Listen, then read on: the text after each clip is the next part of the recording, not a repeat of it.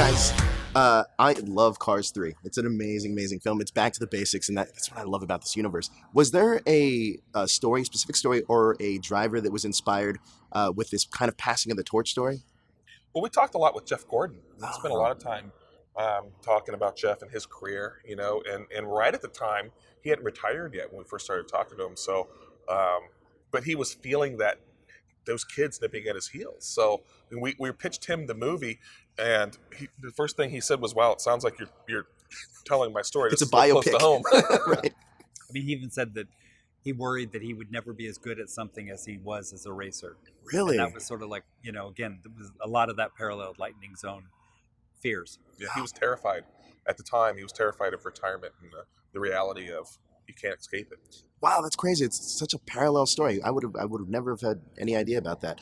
One thing that I also noticed in this film is because we did it yesterday is at the pit crew stuff and how much that technology is implemented in I didn't even know in NASCAR. How did you translate that into this film? Because obviously there's a Lightning Jackson has his own whole like training facility. Yeah. Well, we did our research and we took our tours and we got to see them build the cars. We got to see the fact that these teams that are building their own cars are actually even building their own air wrenches. And they are using the latest technology, and it does come down to fractions of a second. And what can they do to bring an advantage, to their car while staying within the rules? And it is a high tech game. You're right, it does not look like it, but it is a high tech game. So we wanted to explore that side Right. with Jackson. In his generation, like this isn't the sport that it was. Right. This wasn't your father's version of the sport of what's coming, and you can see that in NASCAR now. You can see with the looking around you here. You look at the old cars in the 50s and 60s, and then the jump, into like the 70s and the 80s and the 90s, and then where it's going in the future.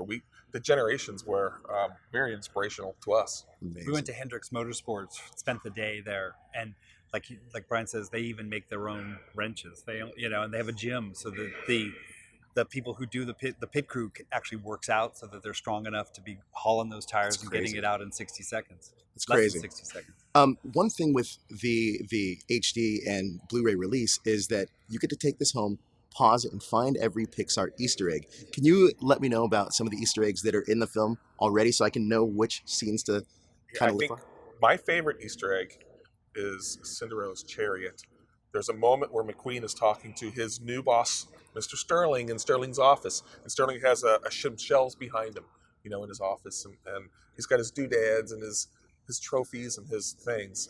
But Cinderella's chariot's back there, which is, it's just fun to me because it's technically kind of a car from a different movie. Right.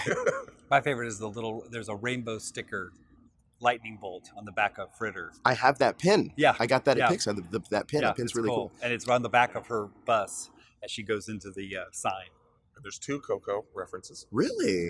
Already? Look at that. Crossing And over the and years. there's things. There's a moonshine still that you'll never be able to see. But we know it's in the shot. There's a Coco guitar. Is in there? the cotter pin, in the back of the cotter pin. Now I gotta Yeah, you gotta pause go each scene by freeze frame, scene. Yes. scene by scene. What is your favorite feature on this Blu-ray? Because now it's almost like you can watch like a whole nother Yeah. thing. There's some wonderful features on the Blu-ray. I think my favorite is the piece called Legends Yeah, because me it, too. it dives into the actual real pioneers that inspired some of our characters. Louise Smith, one of the first female racers in NASCAR, and Wendell Scott, the first African-American racer in the sport. I mean, these folks did not have anyone else to look up to, Sure. right? They were underdogs. Inventing the sport as it went along. And they were doing it anyways, even though nothing was easy for them. So to be able to go a little deeper, we hinted at their characters in the film, but in order to have a feature like this and go a little deeper and just kind of let people that don't know their story, learn a little more about them. What Wendell Scott went through as the only African American racer in the 60s it's an unbelievable story.